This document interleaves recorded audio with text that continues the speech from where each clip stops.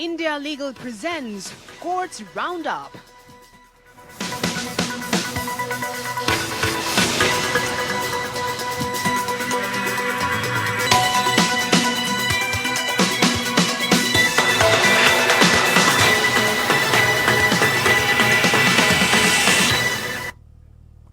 नमस्कार, बहुत स्वागत है आपका। आप देख रहे हैं कोर्ट्स राउंडअप। मैं हूं आपके साथ नेहा दुबे। इस बुलेटिन में अगले आधे घंटे हम आपको कोर्ट से जुड़ी तमाम छोटी बड़ी खबरों से करवाएंगे रूबरू। कोर्ट की कार्रवाई और सुप्रीम कोर्ट से लेकर हाई कोर्ट और लो कोर्ट तक के फैसलों को रखेंगे आपके सामने। आगे बढ़ने से पहले एक नजर हेडलाइंस पर। कौशल विकास घोटाले आरोपी पूर्व सीएम चंद्रबाबू नायडू पहुंचे सुप्रीम कोर्ट। अब एफआईआर रद्द करने की अपील की अदालत ने कहा, मंगलवार को अपनी याचिका का करे उल्लेख। लाइफ मिशन घोटाला मामले में सुप्रीम कोर्ट ने केरल सीएम के पूर्व सहयोगी एम शिव शंकर की अंतरिम चिकित्सा जमानत बढ़ाई। राहत 2 दिसंबर तक बढ़ाई गई। मुजफ्फरनगर में स्कूली बच्चों की पिटाई मामले में सुप्रीम कोर्ट ने दिया दखल। यूपी सरकार पर उठाए सवाल, कहा आईपीएस अफसर को जांच की निगरानी सौंपी जाए। गैंगस्टर एक्ट मामले में आरोपी मुख्तार अंसारी को मिली इलाहाबाद हाईकोर्ट से राहत। मुख्तार की जमानत अर्जी मंजूर।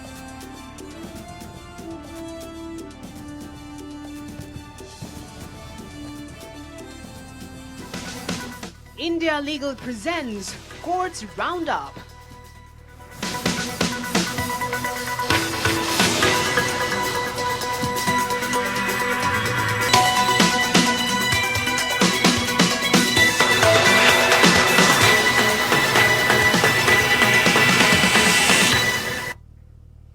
सुप्रीम कोर्ट ने आंध्र प्रदेश के पूर्व मुख्यमंत्री चंद्रबाबू नायडू की मंगलवार को अपनी याचिका का उल्लेख करने को कहा है। नायडू ने कथित कौशल विकास घोटाला मामले में उनके खिलाफ दर्ज एफआईआर रद्द करने के लिए तत्काल सुनवाई की मांग वाली अपनी याचिका का उल्लेख किया है। सुप्रीम कोर्ट ने आंध्र प्रदेश के पूर्व मुख्यमंत्री चंद्रबाबू नायडू के वकील से कौशल विकास घोटाला मामले में उनके खिलाफ दर्ज एफआईआर को रद्द करने की मांग वाली अपनी याचिका का 26 सितंबर को उल्लेख करने को कहा है। नायडू की ओर से पेश वरिष्ठ वकील सिद्धार्थ लूथरा ने याचिका पर तत्काल सुनवाई का जैसे ही उल्लेख करने की कोशिश की। पीठ ने उनसे कल इसका उल्लेख करने को कहा। लूथरा ने पीठ को बताया कि मामला आंध्र प्रदेश राज्य से संबंधित है, जहां पर विपक्ष पर अंकुश लगाया जा रहा है। नायडू ने दावा किया था कि उनके खिलाफ मुकदमा चलाने की मंजूरी अभियोजन पक्ष को भ्रष्टाचार निवारण की धारा 17A के तहत मिली थी। ये भी प्रस्तुत किया गया कि उनके खिलाफ कोई मामला नहीं बनता क्योंकि विचाराधीन प्रोजेक्ट चालू था और ये नहीं कहा जा सकता था कि सार्वजनिक धन का दुरुपयोग किया गया। प्रधान न्यायाधीश डीवाई चंद्रचूड़ और न्यायमूर्ति जेबी पारदीवाला और न्यायमूर्ति मनोज मिश्रा की पीठ ने कहा कि उल्लेखित सूची में कल आए नायडू ने हाईकोर्ट के आदेश के खिलाफ सुप्रीम कोर्ट का दरवाजा खटखटाया। हाईकोर्ट ने शुक्रवार को एफआईआर रद्द करने से इनकार कर दिया। वर्तमान में विपक्ष के नेता और तेलुगु देशम पार्टी के राष्ट्रीय अध्यक्ष नायडू ने अपने खिलाफ कार्रवाई को शासन का बदला लेने और सबसे बड़े विपक्ष तेलुगु देशम पार्टी को सत्ता से हटाने का एक सुनियोजित अभियान बताया। तेलुगु देशम पार्टी के अध्यक्ष चंद्रबाबू नायडू को कथित घोटाले में 10 सितंबर को गिरफ्तार किया गया था। चंद्रबाबू नायडू अब की पुलिस हिरासत में है। नायडू के खिलाफ एफआईआर 9 दिसंबर 2021 को दर्ज की गई थी और उन्हें 7 सितंबर 2023 को मामले में 37वां आरोपी बनाया गया।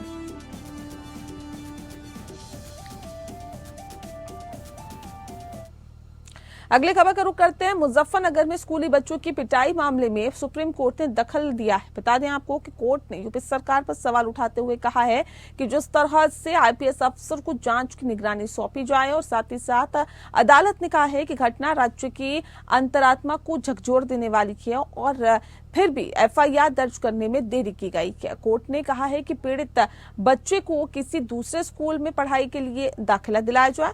मुजफ्फरनगर में एक वायरल वीडियो में एक शिक्षक छात्रों से अपने सहपाठी को थप्पड़ मारने के लिए कहते हुए देखा गया। वीडियो में एक स्कूल शिक्षक कथित तौर पर सांप्रदायिक टिप्पणी करते हुए और छात्रों को अपने साथी सहपाठी 7 वर्षीय लड़के को बार बार मारने के लिए उकसाते हुए देखा गया था।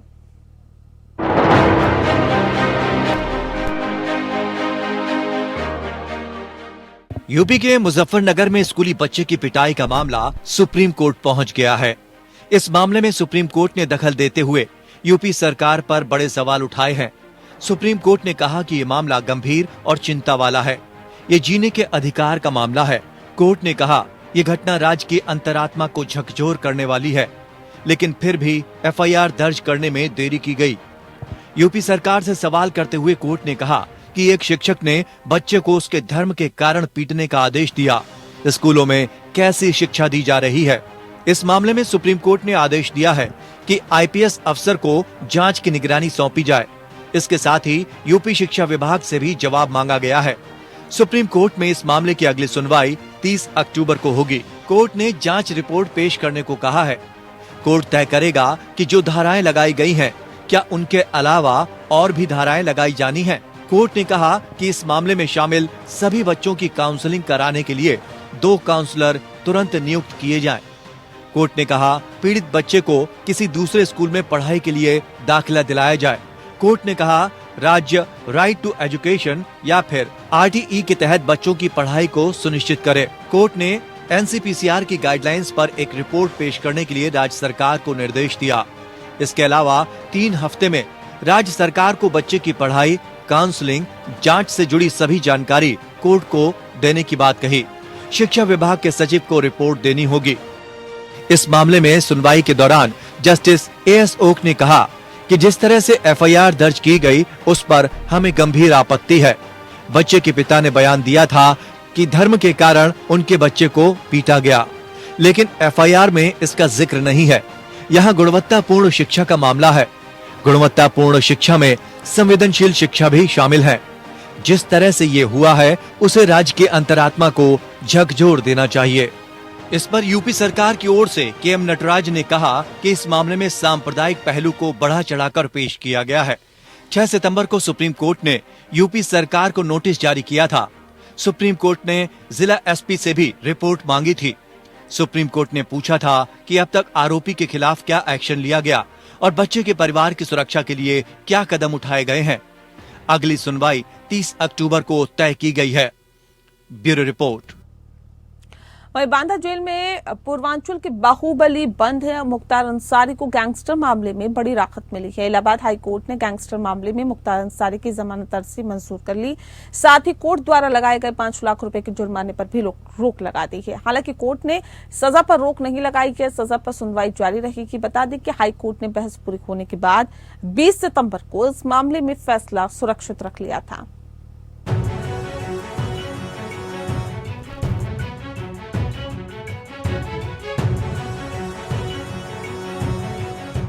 बाहुबली मुख्तार अंसारी को गैंगस्टर एक्ट के मामले में इलाहाबाद हाईकोर्ट से बड़ी राहत मिल गई है।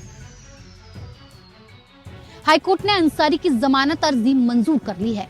गाजीपुर की एमपी एमएलए अदालत ने मुख्तार को 10 साल जेल की सजा सुनाई थी। इसे हाईकोर्ट में चुनौती दी गई है। हालांकि इलाहाबाद हाईकोर्ट ने निचली अदालत की सजा पर रोक नहीं लगाई है। इस पर सुनवाई आगे भी जारी रहेगी। निचली अदालत ने इस साल अप्रैल में मुख्तार अंसारी को दोषी करार देते हुए 10 साल कारावास की सजा सुनाई थी। सुनवाई के दौरान मुख्तार के वकील ने कोर्ट को बताया कि वो 12 साल 4 महीने से जेल में बंद है। जितनी सजा मुख्तार को सुनाई गई है उससे ज्यादा वो ट्रायल के दौरान भुगत चुके हैं। मुख्तार अंसारी को स्पेशल जज एमपी एमएलए कोर्ट ने गाजीपुर में 29 अप्रैल को 10 साल की सजा और 5 लाख रुपए जुर्माने की सजा सुनाई थी। उस मामले में हम लोगों ने अपील दाखिल की थी और साथ में एक बेल एप्लीकेशन भी लगाया था कि साहब ये जो सजा दी गई है इससे अधिक सजा वो दौरान विचारण ये ट्रायल के दौरान काट चुके हैं, इसलिए तत्काल इनको जमानत पर रिहा कर दिया जाए।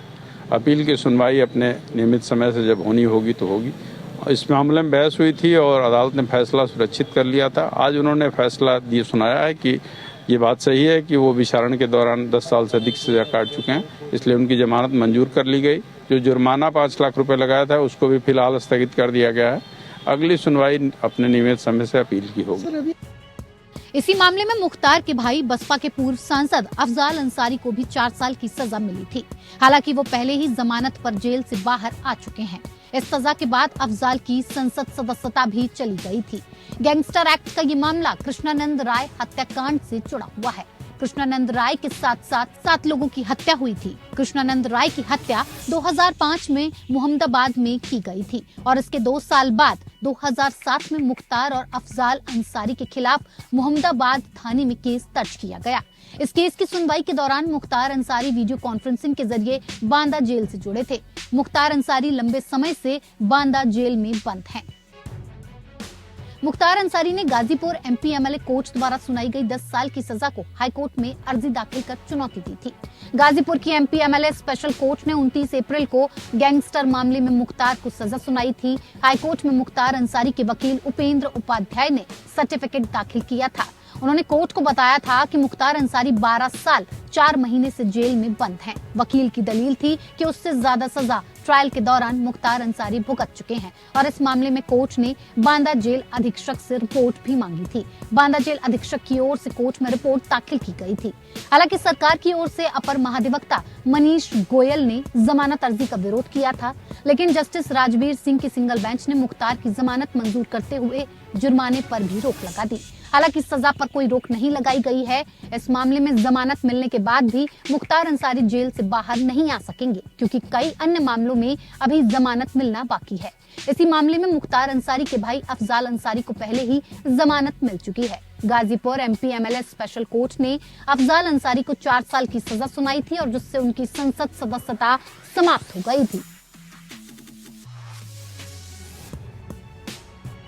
Bureau report, ABN news.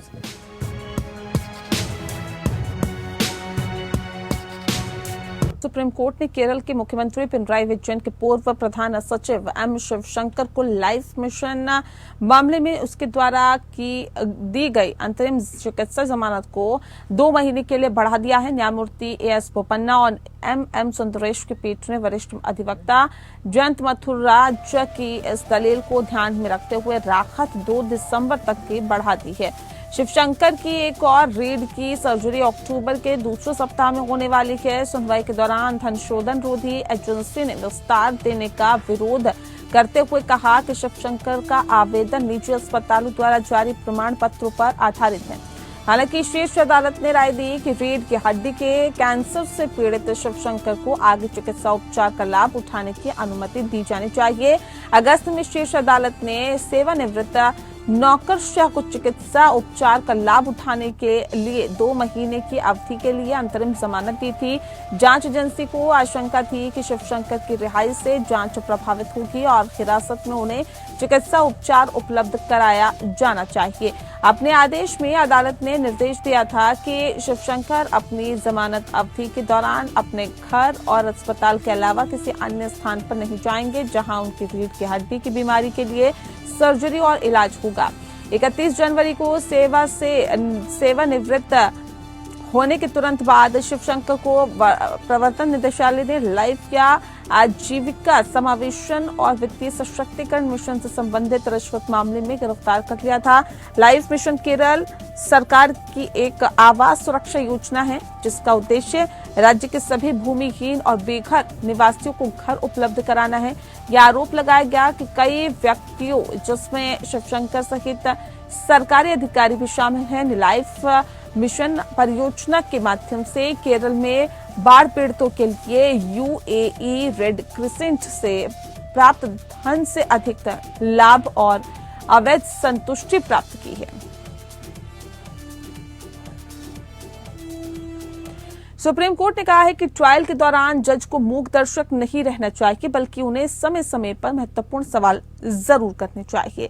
हत्या के मामले में आरोपी की सजा खारिज होते हुए सुप्रीम कोर्ट ने व्यवस्था दी कि सुप्रीम कोर्ट ने हत्या के मामले में आरोपी को बरी करते हुए कहा कि मामले में लास्ट सीन एविडेंस और परिस्थिति जन्य साक्ष्य की कड़ी नहीं जोड़ रही है। और साथ ही साथ सुप्रीम कोर्ट ने कहा कि जब मामले में ट्रायल चल रहा है तो ट्रायल जज की ड्यूटी है कि वह सच्चाई को सामने लाने के लिए महत्वपूर्ण सवाल पूछे। ट्रायल जज को मूक दर्शक बनकर नहीं रहना चाहिए। सुप्रीम कोर्ट ने कहा है कि भारतीय साक्ष्य अधिनियम की धारा 165 में जज को यह अधिकार है कि वे ट्रायल के दौरान सवाल करें। ट्रायल जज को सुनवाई के दौरान तमाम अधिकार दिए गए हैं कि वे सवाल पूछ सकते हैं, किसी गवाह से किसी भी समय सवाल कर सकते हैं, बल्कि वास्तविकता यह है कि ट्रायल कोर्ट की ड्यूटी है कि वे सवाल करें। ट्रायल का मकसद ही यही है कि सच्चाई सामने आए।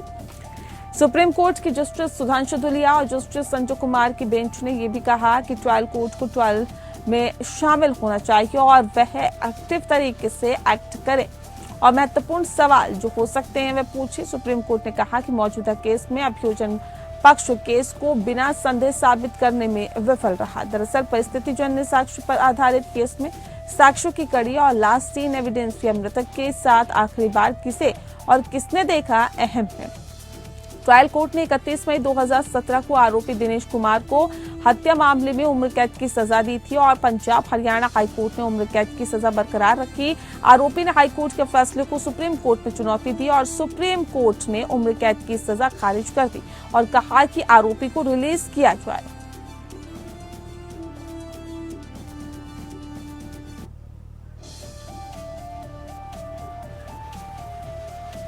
पिछले शुक्रवार सुप्रीम कोर्ट की वर्चुअल कार्रवाई एक रोचक वाक्य की गवाह बने। जिन्होंने कार्रवाई देखने के लिए लॉग इन किया था, उन्हें अपने सिस्टम की स्क्रीन पर एक छोटी सी विंडो दिखी जिसमें एक व्यक्ति सांकेतिक भाषा में अदालती कार्रवाई की व्याख्या कर रहा था। भारतीय सांकेतिक भाषा दुभाषीय सौरभ राय चौधरी की मौजूदगी की व्यवस्था एडवोकेट ऑन रिकॉर्ड संचिता ने की थी, जिनका एकमात्र ध्येय ये सुनिश्चित करना था कि उनकी बधिर जूनियर एडवोकेट सारा सनी अदालती कार्रवाई में सक्रिय रूप से भाग ले सके। कार्रवाई की शुरुआत में एन को वर्चुअल कोर्ट रूम में मॉडरेटर की ओर से प्रतिरोध का सामना करना पड़ा, जिन्होंने उनसे कहा कि दूरभाषी को अदालत की पूरी कार्रवाई के दरमियान अपना वीडियो चालू रखने की अनुमति नहीं दी जा सकती। हालांकि कार्रवाई की अध्यक्षता कर रहे chief justice of India D Y Chandrachud ने दुभाषियों को अपना वीडियो चालू रखने की अनुमति देने को वो तैयार थे। उन्होंने कहा कि बेशक दुभाषिया कार्रवाई में शामिल हो सकता है, कोई समस्या नहीं है। सौरभ की अप्रत्याशित उपस्थिति ने सभी का ध्यान अपनी ओर आकर्षित कर लिया, खींच लिया। सॉलिसिटर जनरल तुषार मेहता सहित मौजूद सभी लोगों ने उन्हें जिज्ञासा से देखा और प्रशंसा की। न्याय तक समान पहुंच सुनिश्चित करने के लिए सीजीआई चंद्रचूड़ का समर्पण नया नहीं है। पिछले साल ही उन्होंने सुप्रीम कोर्ट परिसर में व्यापक एक्सेसिबिलिटी ऑडिट का आह्वान किया था और लक्ष्य स्पष्ट था, न्याय प्रणाली को और अधिक सुलभ बनाना। सीजीआई चंद्रचूड़ ने देश भर की अदालतों को विकलांग वकीलों और वादियों के स्वागत योग्य स्थानों में बदलने के अपने मिशन पर लगातार आवाज उठाई। उस संदर्भ में सुप्रीम कोर्ट में एक ISL दुभाषीय की उपस्थिति ने इस दृष्टिकोण को पूरा करने की दिशा में महत्वपूर्ण प्रगति को चिन्हित किया।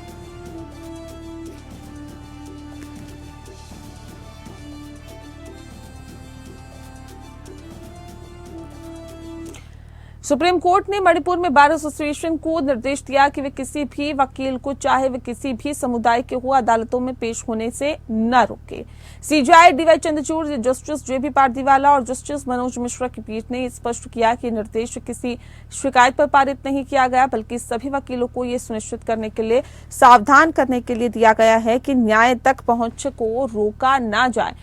पीठ ने आगे कहा कि निर्देश का कोई भी उल्लंघन अदालत के आदेश की अवमानना होगा। कोर्ट ने यह भी निर्देश दिए कि साल मई में राज्य में मैतेई और कुकी समुदाय के बीच चल रहे जातीय संघर्ष में संबंधित याचिकाओं पर सुनवाई करते हुए दिया।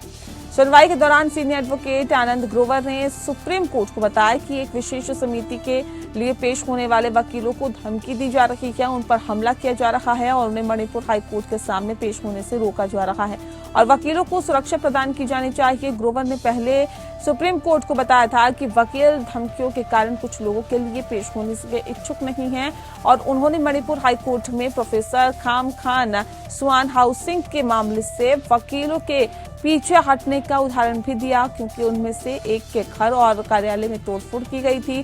दरअसल सुप्रीम कोर्ट बार एसोसिएशन यानी SCBA ने मणिपुर में मामले उठाने वाले वकील पर हमले की रिपोर्टों पर गंभीर चिंता व्यक्त की थी।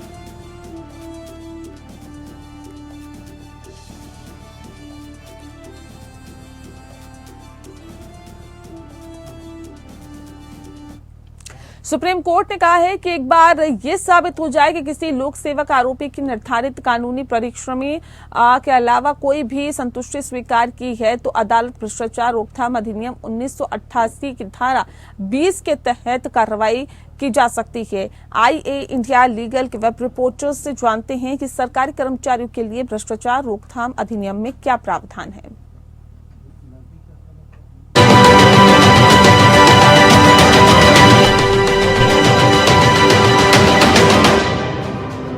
प्रिवेंशन ऑफ करप्शन एक्ट 1988 सरकारी एजेंसी या विभागों में भ्रष्टाचार से निपटने और करप्ट पब्लिक सर्वेंट्स पर मुकदमा चलाने और दंडित करने के लिए लागू हुआ। ये अधिनियम पब्लिक सर्वेंट द्वारा रिश्वत लेने, रिश्वत की पेशकश करने, पब्लिक सर्वेंट द्वारा किसी पब्लिक ड्यूटी के प्रदर्शन के बदले में अपने लिए या किसी अन्य व्यक्ति के लिए कोई भी अनुचित लाभ स्वीकार करने और क्रिमिनल मिसकंडक्ट को अपराध मानता है। इस एक्ट के अंदर 6 महीने से 7 साल तक की सजा है। हाल ही में सुप्रीम कोर्ट ने बताया कि एक बार ये साबित हो जाए कि लोक सेवक आरोपी ने प्रिस्क्राइब्ड लीगल रिम्यूनरेशन के अलावा कोई भी ग्रेटिफिकेशन स्वीकार किया है तो अदालत धारा 20 के तहत आरोपी के खिलाफ स्टैट्यूटरी प्रिजम्पशन लगा सकता है कि उन्होंने अधिनियम की धारा 7 के तहत पब्लिक ड्यूटी की अनुचित या बेईमानी से करने के लिए मकसद या इनाम के रूप में ग्रेटिफिकेशन को स्वीकार किया।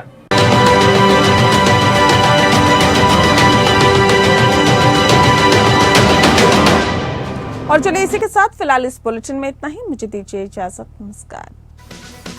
India Legal presents Courts Roundup.